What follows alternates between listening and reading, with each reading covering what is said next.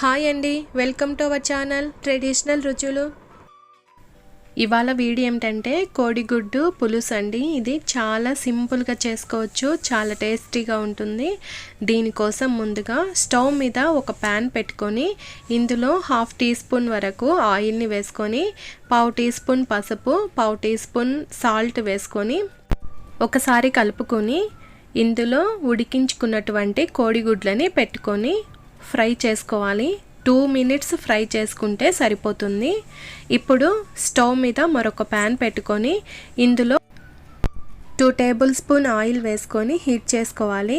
ఇప్పుడు ఇందులో మసాలా దినుసులు వేసుకొని కొద్దిగా వేయించుకున్న తర్వాత 2 మీడియం సైజు ఆనియన్స్ని ఇలాగా స్లైసెస్గా కట్ చేసుకొని ఇందులో వేసుకొని ఇలా గోల్డెన్ బ్రౌన్ కలర్ వచ్చే వరకు ఫ్రై చేసుకోవాలి. ఇప్పుడు ఇందులో 1 టేబుల్ స్పూన్ అల్లం వెల్లుల్లి పేస్ట్ వేసుకొని పచ్చి వాసన పోయే వరకు ఫ్రై చేసుకోవాలి. ఇప్పుడు ఇందులో కొద్దిగా పుదీనా, కొద్దిగా కొత్తిమీరని వేసుకొని దీనిని కూడా ఫ్రై చేసుకోవాలి. ఇప్పుడు ఇందులో 2 మీడియం సైజు టమాటాల ప్యూరీని ఇందులో వేసుకోవాలి. ఇప్పుడు ఇందులో టేస్ట్కి సరిపడినంత సాల్ట్, 1 టేబుల్ స్పూన్ కారం, 1/2 టీ స్పూన్ పసుపు వేసుకొని బాగా కలుపుకోవాలి. సాల్ట్ వేసుకునేటప్పుడు కొద్దిగా చూసి వేసుకోండి. ఆల్రెడీ మనము కోడిగుడ్లు ఫ్రై చేసేటప్పుడు కూడా వేసాం కాబట్టి చూసి వేసుకోండి. ఈ విధంగా కలుపుకున్న తర్వాత మూత పెట్టేసుకొని ఒక 2 నిమిషాల పాటు ఇలా మగ్గించుకుంటే ఫ్రై అయిపోతుంది. ఇప్పుడు ఇందులో 2 టేబుల్ స్పూన్ వరకు పెరుగును వేసుకొని బాగా కలుపుకోవాలి. ఇప్పుడు ఇలా ఆయిల్ పైకి వస్తుంది కదా, ఇందులో 250 ml వరకు వాటర్ని పోసుకొని ఒకసారి బాగా కలుపుకున్న తర్వాత మూత పెట్టేసుకొని బాగా బాయిల్ చేసుకోవాలి.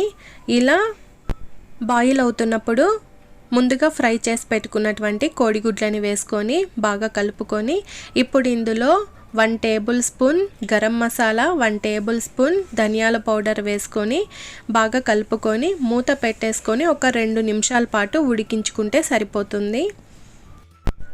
2 నిమిషాల తర్వాత మూత తెరిచి ఒకసారి కలుపుకొని చివరగా ఇందులో కొద్దిగా కసూరి మేతిని వేసుకుంటే సరిపోతుంది.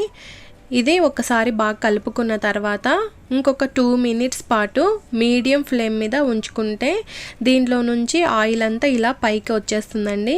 ఇప్పుడు స్టవ్ ఆఫ్ చేసేసుకొని దీనిని సర్వ్ చేసుకోవచ్చండి.